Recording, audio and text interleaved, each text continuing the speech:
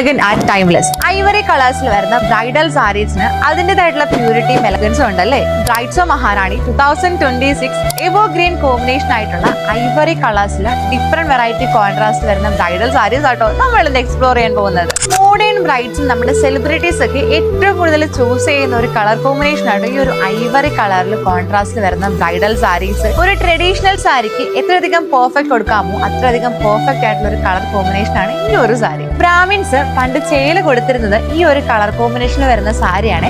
അതുകൊണ്ട് തന്നെ അന്നും ഇന്നും എന്നും എവർഗ്രീൻ കോമ്പിനേഷനിൽ വരുന്ന ഒരു സാരി കൂടിയാട്ടോ ഇത്.